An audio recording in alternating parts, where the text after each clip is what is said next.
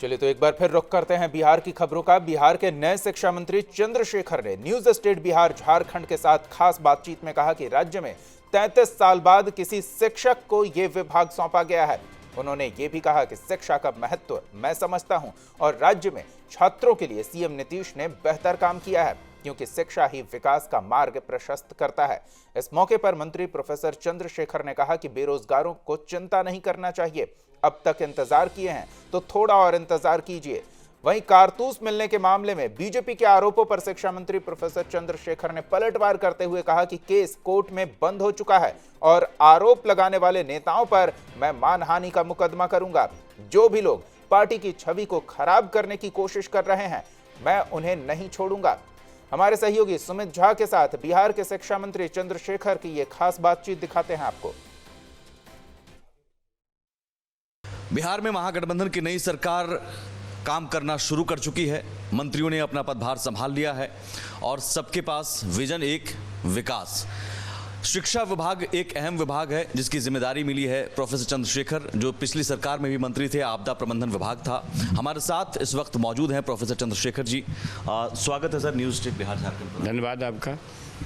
शिक्षा विभाग जैसा अहम विभाग, आप प्रोफेसर भी रहे हैं, जाहिर है शिक्षा से जुड़े हुए आप खुद रहे हैं। इस विभाग के मिलने के बाद ज़्यादा करीब आप अपने आप को समझते होंगे कि ये काम, ये जिम्मेदारी बहुत अच्छी और आपके लिए बहुत अच्छी कम से कम। देखिए, ये जो हमारी शिक्षा व्यवस्था है, जो हमारा डिपार्टमेंट है, सरकार जो शिक्षा विभाग में 51 हजार करोड़ रुपया लगभग देती है, दुख से कहता हूँ कि ये हमारे जैसे मंत्री और फिर पदाधिकारियों और शिक्षक तक के पिकनिक का स्थल बन गया। इतना ज़्यादा काम किया गया विभाग में। माननीय मुख्यमंत्री नीतीश बाबू ने पोशाक योजना लाया, छात्रों के लिए, छात्राओं के लिए साइकिल योजना, प्रोत्साहन राशि योजना। एक तरह से देश दुनिया की यह मॉडल है। पढ़ाई के प्रति आकर्षण पैदा करने के लिए इससे बड़ा कोई उपाय आज तक मेरी जानकारी में लोग नहीं किया था। हमारे बिहार में सिमुलतला मॉडल आया, आपको पता है कि बहुत अच्छा और ब्रेकिंग उसका परफॉर्मेंस आ रहा है। बहाली की बात हुई नई सरकार में, नीतीश कुमार ने भी ऐलान किया, तेजस्वी यादव भी 10 लाख नौकरियों की, सबसे ज़्यादा बहाली उसमें शिक्षा विभाग की। बहाली की प्रक्रिया पिछले 3-4 सालों में चल रही है, बहुत सुस्त रफ्तार से चल रही है। कई बार जो अभ्यर्थी हैं वो धरना प्रदर्शन भी करते हैं, आपसे मिलते भी हैं। 7वें चरण की बहाली अभी फिर बाकी है। उन बहालियों को स्पीडअप कैसे करेंगे, कैसे तेज़ी से लाएंगे? मैं आपके बेहतर जानकारी के लिए बता दूं, शायद इस पर लोग को बहुत ज़्यादा न तो चर्चा में आना चाहिए, न नुक्ताचीनी करनी चाहिए।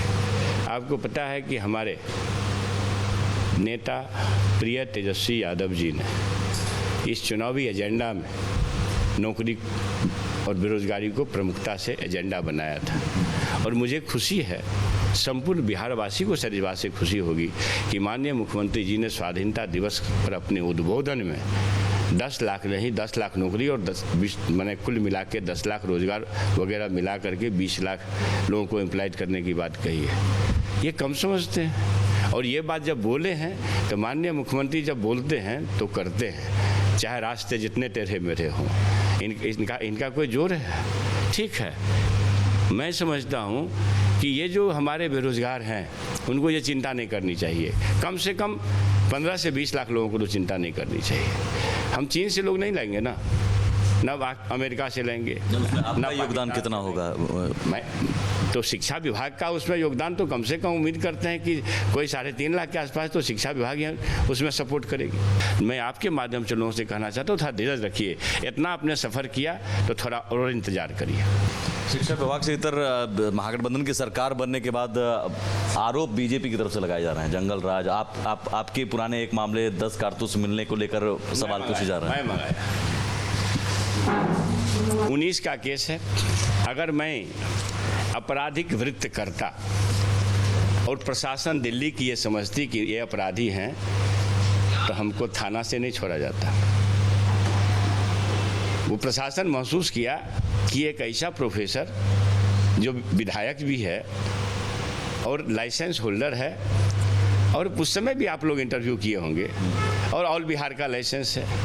अब गलती से दिल्ली चली गई 10 काठी लेके कौन सा अपराध करेगा लोग, सो बताइए, वो भी हवाई अड्डा पर ले जाकर। मैं ट्रेन से गया था भाई, और आ रहे थे प्लेन से, इमरजेंसी थी, मेरी माँ की तबीयत भी खराब थी, और उसमें मेरे चूक के कारण तो नहीं, खैर चूक मेरा ही होगा, मेरे कोई स्टाफ के कारण रह गया। तो भाई इलाका है, हम जब लाइसेंस होल्डर हैं तो जब क्षेत्र में घूमते हैं तो अनुगप्ति युक्त चलते हैं, तो उसी में एक गलती हो गई तो चले, जो भी मुकदमा बना।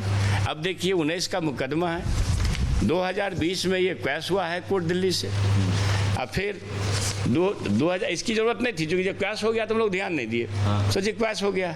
लेकिन फॉर्मेलिटी होती है कि डिस्ट्रिक्ट कोर्ट से भी उसका एक कंप्लेंस होना चाहिए, क्योंकि समन तो डिस्ट्रिक्ट कोर्ट जारी करती है ना, तो डिस्ट्रिक्ट कोर्ट भी 5-8 को ये क्वैश कर दिया। देखिए स्टेटस रिपोर्ट है।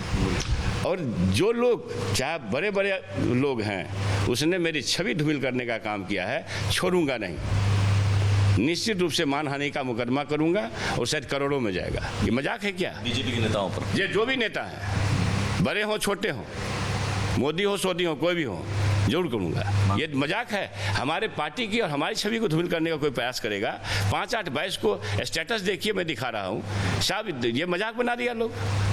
तरीपार को नहीं खोजेंगे, अमित शाह तरीपार हैं, 40-40 मुकदमा है नित्यानंद जी पर, 10 हत्या के मुकदमे चल रहे हैं, उसको कोई नहीं खोजेंगे। वो तो कह रहे हैं दागियों की भरमार है यहाँ पर अब सरकार में। तो तरीपार नहीं ना है कोई हमारी पार्टी में, तरीपार से बड़ा भी कोई दागी होता है, हमको सो बता दीजिए। 40 मुकदमे के कौन मुजरिम हैं हमारे? 4 भी मुकदमे के मुजरिम नहीं है। अद्भुत बात है। इन मसलों को क्यों उछाला जा रहा है? पुराने मसलों को जंगल राज बार बार कहा जा रहा है। इसलिए जो देश में नफरत फैलाने वाले लोग हैं, वो चाहते हैं कि हम लोग भी किसी को दूसरे को नफरत फैलाने में वातावरण बनावे। ये ठीक बात नहीं है, मैं छोड़ूंगा नहीं। बहुत शुक्रिया। तो हमारे साथ थे शिक्षा मंत्री प्रोफेसर चंद्रशेखर। अपने ऊपर लगे आरोपों पर भी उन्होंने सफाई दी, और शिक्षा विभाग में आगे आने वाले दिनों में उनका क्या विजन है, उस पर उन्होंने अपनी बात रखी। वीडियो जर्नलिस्ट अतुल राज के साथ सुमित झा, न्यूज़ नेशन।